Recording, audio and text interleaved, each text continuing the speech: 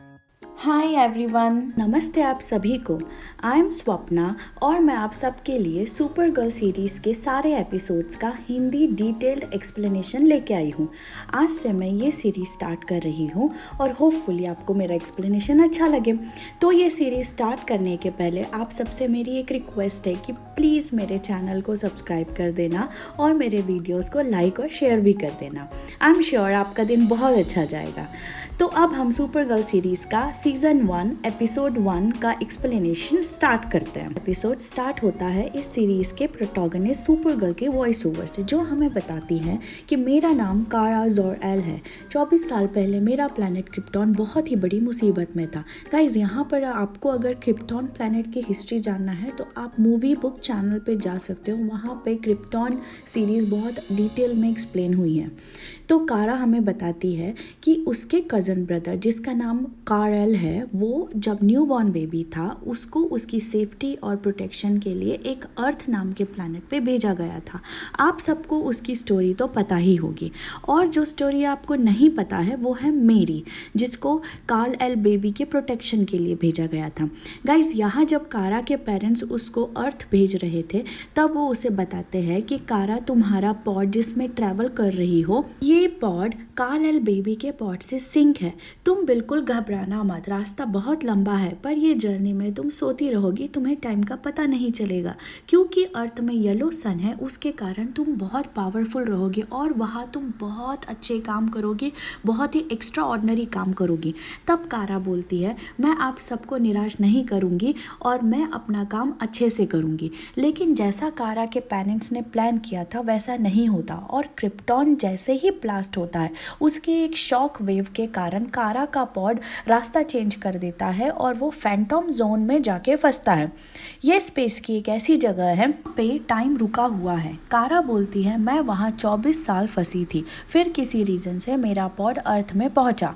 यहाँ पर मैं 13 साल की ही लड़की थी, लेकिन अब कारल बहुत बड़ा हो चुका था और वो सुपरमैन बन चुका था और बहुत ही पावरफुल था और आप सब उसे जानने लगे थे। मेरा कज़न ब्रदर कार्ल चाहता था कि मुझे भी उसके जैसा ही एक चाइल्डहुड मिले और उसने मुझे एक फैमिली जिनका नाम डेनवर्स है उन्हें मिलवाया, जिन्होंने मुझे अडॉप्ट कर लिया। ये लोग साइंटिस्ट हैं जिन्होंने कारल को भी सपोर्ट किया उसके पावर्स को फाइंड करने के लिए। उनकी एक बेटी है जिसका नाम एलेक्स है। हमको एक बात तो पता थी कि भले ही हम दूसरे प्लैनेट से हैं पर अब हमारी लाइफ सेम नहीं रहने वाली। अब यहाँ मेरी कज़न को किसी प्रोटेक्शन की ज़रूरत नहीं थी और अब मेरे पास कोई मिशन भी नहीं था। तो मैं क्या करती, मेरे पास भी वो सारी पावर्स थी जो सुपरमैन के पास है। मैंने डिसाइड किया कि मैं सबके साथ नॉर्मल रहूं क्योंकि अब अर्थ को किसी और सुपर हीरो की ज़रूरत नहीं है। कारा एक कैटको वर्ल्ड वाइड मीडिया कंपनी में जॉब करती है जो ऑनलाइन एंड प्रिंटिंग एम्पायर है, जिसको उसकी बॉस कैट ग्रांट ने बनाया है, जो बहुत ही पावरफुल बिजनेस वाइज वुमन है सिटी में। कारा के ऑफिस में एक अच्छा लड़का है जो उसका फ्रेंड है, जिसका नाम विंस स्कॉट है। वो बातों बातों में कारा को मूवी चलने के लिए पूछता है। तब कारा बोलती है कि आज मैं ऑनलाइन डेट पे जाने वाली हूँ। बेचारा उदास ही हो जाता है। ये लोग बात कर ही रहे होते हैं कि कारा को अचानक उसकी स्पेशल एबिलिटीज से पता चलता है कि उसकी बॉस कैट आने वाली है। कारा की बॉस बहुत ही किचकिच टाइप की लेडी है, वो बहुत ही बॉसी है। उसको उसकी लिफ्ट में कोई और जाए पसंद नहीं। वो कारा को कहती है कि मैंने तुमको कुछ लोगों के नाम लिस्ट ईमेल किए हैं, उनको काम से निकालना है और मेक श्योर कि उनका टर्मिनेशन लेटर तुम अपने हाथों से लिखो। तब कारा बोलती है कि वो लोगों की फैमिली का क्या होगा, उनको जॉब से निकाल दिया तो। उनके कंपटीशन में एक डेली प्लैनेट मैगजीन है जो तो लोगों को नहीं निकाल रहे, आप क्यों निकाल रहे हो। तो वो कारा को बोलती है कि तुमको वो लोगों के प्रोजेक्ट को बचाना है तो जाओ मेरे लिए कोई सुपर हीरो ढूंढो, क्योंकि डेली प्लैनेट वाले 54% टाइम सुपरमैन की न्यूज़ ही छापते हैं। तब कारा वहाँ से चली जाती है। अब वो भी क्या करे। अब कारा एक न्यू अपॉइंटेड आर्ट डायरेक्टर के पास जाती है, जिसके पास मिस कैट ने कुछ डॉक्यूमेंट्स लाने के लिए भेजा था। कारा उसको ऑफिस में जाती है और कहती है कि मिस कैट ने मुझे डॉक्यूमेंट्स लेने के लिए भेजा है, आपको पता है ना कि उन्हें वेट करना पसंद नहीं है। तब वो न्यू आर्ट डायरेक्टर कहता है कि क्या 1 मिनट वेट नहीं कर सकती वो। तब कारा बोलती कि क्या आप उनसे मिले नहीं हो। तब वो आर्ट डायरेक्टर कहता है कि क्या वो मुझे फायर कर देंगी ही जस्ट अभी हायर करने के बाद उनका ही लॉस होगा। तो पीछे पलटता है और कारा को अपना इंट्रोडक्शन देता है कि हाय मैं नया हूँ यहाँ। तब कारा उसको स्माइल करती है और बस उसकी नज़र एक फ़ोटो पे पड़ती है और कारा कहती है कि क्या ये वही है, मैंने ये पिक्चर बहुत बार देखी है, इसने एक प्राइज़ भी जीता है। तब न्यू गाय कहता है हाँ ये पहला रियल शॉट था उसका, एक सीक्रेट है कि उसने एक्चुअली पोस्ट किया था मेरे लिए, शायद वो मुझे पसंद करता है। तब कारा को कुछ क्लिक होता है और वो बोलती है कि क्या आप ही जेम्स ऑल्सन हो, डेली प्लैनेट के फोटोग्राफर। तब वो कहता है कि हाँ। कारा पूछती है उसको कि मैंने बहुत पढ़ा है उसके बारे में, पर क्या मैं पूछ सकती हूँ कि वो रियल लाइफ में कैसा है। तो जेम्स बोलता है कि वो ऐसा है जैसा आप उसको देखना चाहते हो, जैसा मैं बहुत डर रहा था यहाँ आने के लिए। तब उसने मुझे बोला कि सबसे बड़ा रिस्क है कि कोई रिस्क ना लेना। तब कारा को देख के जेम्स कहता है कि तुम ये पिक्चर रख सकती हो। कारा बोलती है अरे नहीं। जेम्स कहता है कि अरे ये प्रिंट है, ले लो, पर बस मुझे ये बता दो कि तुम हो कौन। तब कारा अपना इंट्रो देती है जेम्स को कि मैं कारा डेनवर्स हूँ। तब जेम्स कहता है कि क्या किसी ने तुम्हें कहा है कि तुम थोड़ी थोड़ी उसकी जैसी दिखती हो। तब कारा शॉक हो जाती है और कहती है कि नहीं नहीं, तुम ही पहले इंसान हो जो ये कह रहा है। तब वो थैंक यू बोल के डॉक्यूमेंट्स लेके अपने काम पे निकल जाती है। अब अगले सीन में कारा अपने घर पे होती है और उसे मिलने को कोई लड़की आती है जो कहती है कि मेरी मीटिंग है जिनेवा में, 2 घंटे में मेरी फ़्लाइट है और तुम मुझे यहाँ बुला रही हो। कारा कहती है कि मेरे आधे घंटे में डेट है, मुझे नहीं पता कि मैं क्या पहन के जाऊँ। गाइस ये कारा की सिस्टर एलेक्स है। तब कारा अपनी सिस्टर को कहती है कि मैं बहुत कुछ कर सकती हूँ पर मैं कर नहीं पा रही। मुझे लगा कि कैट ग्रांट की मीडिया कंपनी में काम करूँगी तो कैट के अंडर शायद मैं ग्रूम हो सकूँ, मैं अपना पोटेंशियल पा सकूँ, पर मैं वहाँ पे सिर्फ कॉफ़ी और डॉक्यूमेंट लाने के लिए ही हूँ। तब उसकी सिस्टर कहती है कि तुमको हमेशा से नॉर्मल ही रहना था और ये ही एक नॉर्मल लाइफ है, और खड़ूस बॉस का होना और अच्छे कपड़े पहनने के लिए ना होना, यही तो एक नॉर्मल लाइफ है। तब कारा कहती है लेकिन मैं तो नॉर्मल नहीं हूँ ना, मेरे पास भी वो सारी पावर्स है जो उसके पास है। मैं एक बस को उठा सकती हूँ, एक बुलेट को रोक सकती हूँ। एलेक्स मैं तो शायद उड़ भी सकती हूँ। तब एलेक्स उसको बोलती है कि तुम्हारे पास अच्छा जॉब है, तुम बहुत क्यूट हो और तुम्हारे एलियन डीएनए के कारण तुमको कभी कोई पिंपल भी नहीं आएगा, तो तुम्हारी लाइफ इतनी बुरी भी नहीं है। तुम ये दोनों में से एक सिलेक्ट करो और मैं अपने काम पे निकलती हूँ। तब वो रेड सिलेक्ट करती। तब सिस्टर कहती है कि जब तुम्हें कुछ डाउट हो तो ब्लू सेलेक्ट करो, और फिर वो जिनीवा के लिए निकल जाती है। अब कारा अपने डेट पे होती है, वो उस लड़के से बात कर ही रही होती है कि उस लड़के को कॉल आता है और वो कॉल अटेंड करने निकल जाता है, लेकिन डेट इतनी अच्छी चल नहीं रही होती। तब कारा को उसी बार के एक टीवी में एक न्यूज़ पता चलती है कि जिनीवा जाने वाली फ़्लाइट में इंजन फेलियर हो गया है। तब कारा को क्लिक होता है कि उसकी सिस्टर भी तो उसी फ्लाइट में है, और वो तब बाहर भागती है और एलेक्स को बचाने के लिए निकलती है। कारा इतनी सालों में पहली बार उड़ने का ट्राई करती है। 1-2 बार ट्राई करने के बाद वो उड़ने लगती है, प्लेन को पकड़ने के लिए जाती है और वो प्लेन को पकड़ भी लेती है। कारा प्लेन को पानी में लैंड करके बचा लेती है।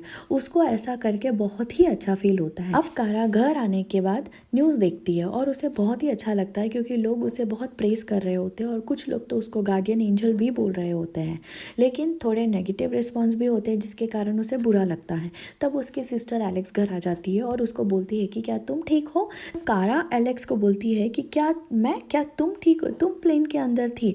एलेक्स देखती है कि कारा बहुत ही एक्साइटेड है, पर तब एलेक्स बोलती है कि तुम्हारी आइडेंटिटी एक्सपोज कर रही हो वर्ल्ड के सामने, इनफैक्ट तुमने कर ही दी है। दोनों थोड़ा आर्ग्यूमेंट्स करती है और अब कारा यहाँ थोड़ा सैड हो जाती है। अब नेक्स्ट सीन में कारा ऑफिस जाती है। उसे वहाँ थोड़ा डर लग रहा होता है कि कोई उसे पहचान ना ले। तब उसका दोस्त कहता है कि प्लेन बचाने वाली लड़की को सीरियसली कैसे कोई लेगा अगर उसने सुपर हीरो का सूट नहीं पहना है तो। तब उसकी बॉस कैट एक मीटिंग लेती है और कहती है कि इतना बड़ा इवेंट हुआ और हमारे पास उस लड़की की जिसने प्लेन बचाया कोई भी एक्सक्लूसिव न्यूज़ रिपोर्ट या स्टिल नहीं है, ऐसा कैसे। तब वो लोग बहुत ही ब्रेनस्टॉर्मिंग करते हैं और वो सोचते हैं कि क्या करना चाहिए। तब कैट ग्रांट जो उनकी बॉस होती है वो कहती है कि मुझे इस लड़की की सारी इन्फॉर्मेशन चाहिए और मुझे उसके साथ एक इंटरव्यू चाहिए। इस दुनिया में लोगों को सिर्फ एक ही चीज़ पसंद है जो है सुपर हीरो। तब कारा अपने ऑफिस फ्रेंड विन स्कॉट को बोलती है कि मुझे तुमको कुछ बताना है, छत पे चलो, और वो दोनों रूफ में जाते हैं। तब वहाँ कारा बोलती है विन को कि मैं तुमको कुछ बताने वाली हूँ, क्या मैं तुम पे ट्रस्ट कर सकती हूँ। तब विन विन बोलता है कि श्योर बताओ। तब कारा कहती है कि मैं सारी लाइफ इस बात से भाग रही थी जो मुझे अब नहीं छुपानी है। तब विन बोला कि ओह क्या तुम गे हो? तब कारा कहती है कि नहीं मैं गे नहीं हूँ। तब कारा कहती है कि मैं वही लड़की हूँ जिसने प्लेन बचाया है। तब विन बिलीव नहीं करता और उसको कहता है कि तुम ये क्या बोल रही हो। तब वो उसको यकीन दिलाने के लिए छत से उड़ जाती है और विन को अब बिलीव करना होता है। अब नेक्स्ट सीन में हमको एक एलियन वर्टॉक्स दिखता है जो जिसने ही प्लेन क्रैश करने की प्लानिंग की थी, जो सुपर गर्ल के ऊपर बहुत ही गुस्सा होता है क्योंकि उसके कारण उसका प्लान सक्सेस नहीं हुआ। उसका प्लान था कि डीईओ के लोग जब प्लेन में बैठेंगे तब वो उसे उड़ा देगा, उसे डीईओ के लोगों को मारना था। अब वो वर्टॉक्स अपने बॉस को पूछता है कि ये कौन है। तब वर्टॉक्स के बॉस बोलता है कि ज़ोर-एल ने अपने बच्चों को बचा लिया था क्रिप्टॉन ख़त्म होने से पहले। तब उनको क्लिक होता है कि अलोरा की बेटी है। तब वर्टॉक्स को उसका बॉस कहता है कि तुमको इस लड़की को रास्ते से हटाना होगा। तब वर्टॉक्स बोलता है कि अगर वो अलोरा ज़ोर-एल की बेटी है तो उसे अपने मॉम के कर्मों की सज़ा ज़रूर मिलेगी। अब यहाँ पे विन और कारा उसका सुपर हीरो ड्रेस कॉस्ट्यूम बनाने में बिजी होते हैं। तब और कारा की पावर्स को भी डिस्कवर कर रहे होते हैं। फाइनली उसका कॉस्ट्यूम पूरा होता है जिसमें एस भी बना होता है जो एल फैमिली के हाउस मार्क है। अब कारा सिटी में निकल जाती है लोगों को क्राइम से प्रॉब्लम से बचाने के लिए, पर यहाँ पे कारा को कोई शॉट कर देता है ट्रैंकुलाइजर जिसमें क्रिप्टोनाइट होता है और उसे एक secret headquarter department of extra normal operation जो डीईओ है में लाया जाता है। अब यहाँ पे कारा को पता चलता है कि उसकी सिस्टर एलेक्स यहाँ पर ही काम करती है। यहाँ पे वो डायरेक्टर हैंगशो से भी मिलती है। वो उसे बताता है कि कारा को वो लोग अर्थ को एलियन टेररिज्म और अटैक से बचाते हैं। तो फिर हैंक बोलता है कि तुम्हारे कारण ही ये सब हो रहा है। कारा बोलती है कि मेरा कजिन ब्रदर मुझसे पहले यहाँ पे आया था। तब हैंक बोलता है कि उसके लिए ही ये ऑर्गेनाइजेशन बनी है। तब हैंक बताता है कि फोर्ट रॉस एक जेल है जिसमें क्रिप्टॉन के सारे खतरनाक कैदी जिनको मोस्टली कारा के मॉम ने ही सज़ा दी थी वो अर्थ में आ गया है। तुम फैंटम जोन से अर्थ पे आए तब तुम्हारे साथ ही ये सारे लोग यहाँ आ गए। बहुत दिनों तक क्रिमिनल्स छुपते छुपाते रहे पर अब वो धीरे धीरे सामने आ रहे हैं और कुछ बहुत बड़ी प्लानिंग कर रहे हैं। तब कारा कहती है कि प्लेन क्रैश भी ये क्रिमिनल की प्लानिंग ही होगी। तब हैंक बोलता है कि तुम कुछ मत करो, बस अपने बॉस की कॉफ़ी फेच करो। तब कारा को बहुत बुरा लगता है। कारा को उसकी सिस्टर आर्ग्यूमेंट करती है क्योंकि एलेक्स ने ये सब चीज़ें उससे छुपा के रखी। अब कारा नेक्स्ट डे अपने ऑफिस आती है और वहाँ देखती है कि उसके बॉस ने जिसने प्लेन बचाया है उसको सुपर गर्ल का नाम दे दिया है। तब यहाँ पे कैट, कारा और जेम्स की बातें होती है और कारा कुछ साउंड सुनाई देने लगता है। तब कारा को पता चलता है कि वर्टॉक्स ने ये मैसेज भेजा है, उसको मिलने के लिए बुलाया है, नहीं तो वो बाकी सिटी के लोगों को हर्ट करेगा। कारा इमीडिएट वर्टॉक्स को मिलने के लिए चली जाती है। यहाँ पे दोनों के बीच में बहुत ही फाइट होती है। तब उसे पता चलता है कि उसकी मॉम जज थी उस जेल में जिसने ये सब कैदियों को डाला था और ये अब उसका बदला लेने वाले हैं। फाइट में कारा बहुत ही हर्ट हो चुकी रहती है तब और वीक हो रही होती है। तब अचानक से एलेक्स आ जाती है और उसे बचा लेती है। उसको अब डीईओ के ऑफिस लेके आती है और वो लोग बात करते हैं कि वो नहीं चाहती थी कि कारा अपनी सच्चाई दुनिया के सामने लाए क्योंकि ये सारे क्रिमिनल अपने बदला लेने के लिए कुछ भी करेंगे। कारा बोलती है कि तुम सही थी। कारा अब अपने घर बहुत ही अपसेट होती है। तब एलेक्स उसको बोलती है कि अपसेट मत हो, तुम्हारे पेरेंट्स भी यही चाहते थे और उसे एक डिवाइस देती है। उस डिवाइस में कारा को उसकी मॉम का होलोग्राम मिलता है।